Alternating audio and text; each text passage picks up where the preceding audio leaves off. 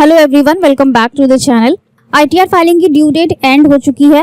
Dates को further extend नहीं किया गया, लेकिन अगर आपकी आईटीआर फाइल होने से रह गई तो अभी भी आपके पास मौका है और आप 31 दिसंबर तक अपनी आईटीआर फाइल कर सकते हैं। ड्यू डेट एंड हो जाने का ये मतलब नहीं है कि अब आप आईटीआर फाइल नहीं कर सकते हैं। आईटीआर फाइलिंग कंटिन्यू है, आप अभी भी अपने आईटीआर को फाइल कर सकते हैं, लेकिन अब एक कंडीशन है कि आपको लेट फीस देनी पड़ेगी। सेक्शन 234F में लेट फीस के प्रोविजंस बताए गए हैं। अगर आपकी इनकम 2.5 लाख रुपए से कम की है तब तो आपको कोई भी लेट फीस नहीं देनी है। अगर आपकी इनकम 2.5 लाख से 5 लाख रुपए के बीच में आती है तो आपको 1,000 रुपए की लेट फीस देनी होगी, और अगर आपकी इनकम 5 लाख के ऊपर है तो आपको 5,000 रुपए की लेट फीस लगेगी। इसके साथ ही अगर आपके टैक्सेस ड्यू हैं, आपने टैक्सेस पे नहीं किए हैं और अब अगर आप अपने टैक्सेस पे करते हैं तो उस पर 1% पर मंथ के हिसाब से इंटरेस्ट चार्ज होगा सेक्शन 234A में। बात करिए अगर हम आईटीआर फाइलिंग की तो 31 जुलाई को 5,82,00,000 टैक्स पेयर्स ने अपना रिटर्न फाइल किया है, जबकि जो रजिस्टर्ड यूजर्स हैं वो 10 करोड़ के ऊपर हैं। तो अब जितने भी यहाँ पर बचे रह गए हैं वो सब अपनी बिलेटेड आईटीआर फाइल करेंगे, और बिलेटेड आईटीआर फाइल की जाती है सेक्शन 139(4) में। अगर आप 31 जुलाई से पहले अपनी आईटीआर फाइल कर चुके हैं और अब आप उसे रिवाइज करना चाहते हैं तो आप सेक्शन सेलेक्ट करेंगे 139(5) का। अगर आपने अभी तक अपनी आईटीआर फाइल नहीं की है या फिर आप उसे रिवाइज करना चाहते हैं तो आइए आपको क्विक वे में बता देते हैं कि आपको यहाँ पर करना क्या होगा। नेक्स्ट वीडियो में हम आपको डिटेल में बताएंगे कि आपको रिवाइज रिटर्न कैसे फाइल करनी है। यहाँ पर हम आपको सिर्फ मेन पॉइंट बता देते हैं जहाँ पर कि आपको प्रॉब्लम आ सकती है और आप फाइनल सबमिशन के टाइम पर अटक सकते हैं या आपको एरर आ सकता है। तो चलिए अपने अकाउंट में लॉगिन कर लेते हैं। लॉगिन करने के बाद आपको ई फाइल में जाना है, यहाँ पर इनकम टैक्स रिटर्न्स और फाइल इनकम टैक्स रिटर्न पर क्लिक करना है।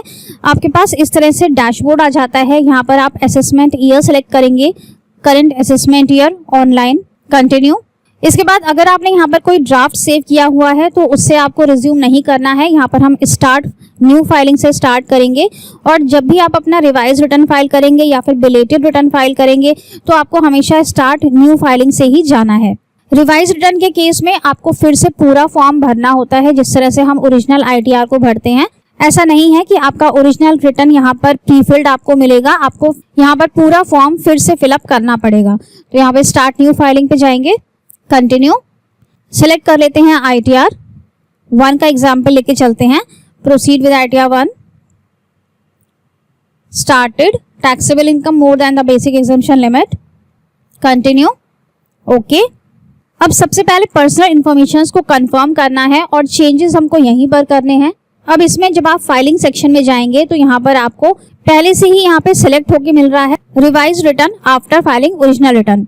अगर आप अपनी आईटीआर को रिवाइज कर रहे हैं तो ये आपको यहाँ पर ऑटो सिलेक्टेड मिलेगा, और अगर आप पहली बार फाइल कर रहे हैं, आपने 31 जुलाई से पहले अपनी आईटीआर को फाइल नहीं किया है, तब यहाँ पर आपको ये ऑटो सिलेक्टेड मिलेगा 139 सबसेक्शन 4 बिलेटेड रिटर्न।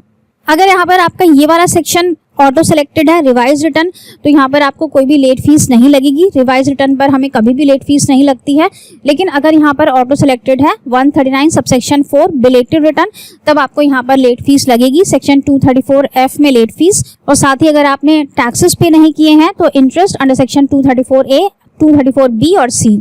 इसीलिए हमने अपने लास्ट वीडियोस में बार बार आपको कहा था कि अपनी ओरिजिनल आईटीआर आप जरूर अपलोड कर दीजिएगा, भले ही आप गलत फॉर्म अपलोड कर दीजिए, क्योंकि बीच बीच में कल साइट में काफी प्रॉब्लम्स आ रही थी, लेकिन ओवरऑल साइट बहुत स्मूथ चल रही थी। पहले की तरह ऐसा नहीं था कि साइट में बहुत ज्यादा प्रॉब्लम आ रही हो। तो हमने आपको हर वीडियो में ये ट्रिक बताई थी कि अगर आपको आईटीआर 2 या आईटीआर 3 फाइल करना है, जो कि काफी लेंथी फॉर्म्स होते हैं, तो उसके बजाय अगर आपके पास टाइम नहीं है तो आप आईटीआर 1 को ही फाइल कर दीजिए और बाद में आप उसे रिवाइज करके आईटीआर 2 या आईटीआर 3 फाइल कर दीजिएगा।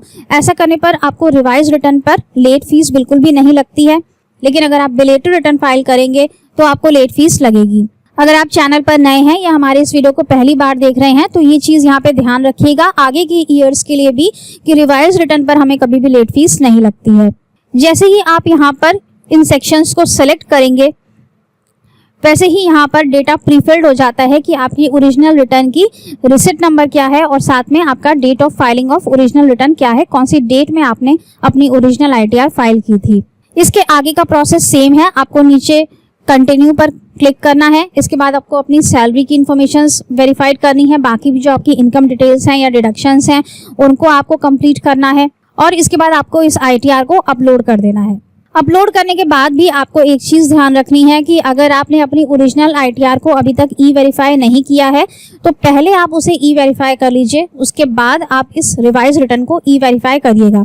अगर आप पहले रिवाइज रिटर्न को E-वेरीफाई करेंगे तो वो एरर दिखाएगा, क्योंकि आपको पहले ओरिजिनल रिटर्न को E-वेरीफाई करना है, उसके बाद ही आप रिवाइज रिटर्न को E-वेरीफाई करेंगे। ओरिजिनल रिटर्न और रिवाइज रिटर्न दोनों पर ही हमें 120 दिन का समय मिलता है। 120 दिन के समय के अंदर आप उन्हें E-वेरीफाई कर सकते हैं।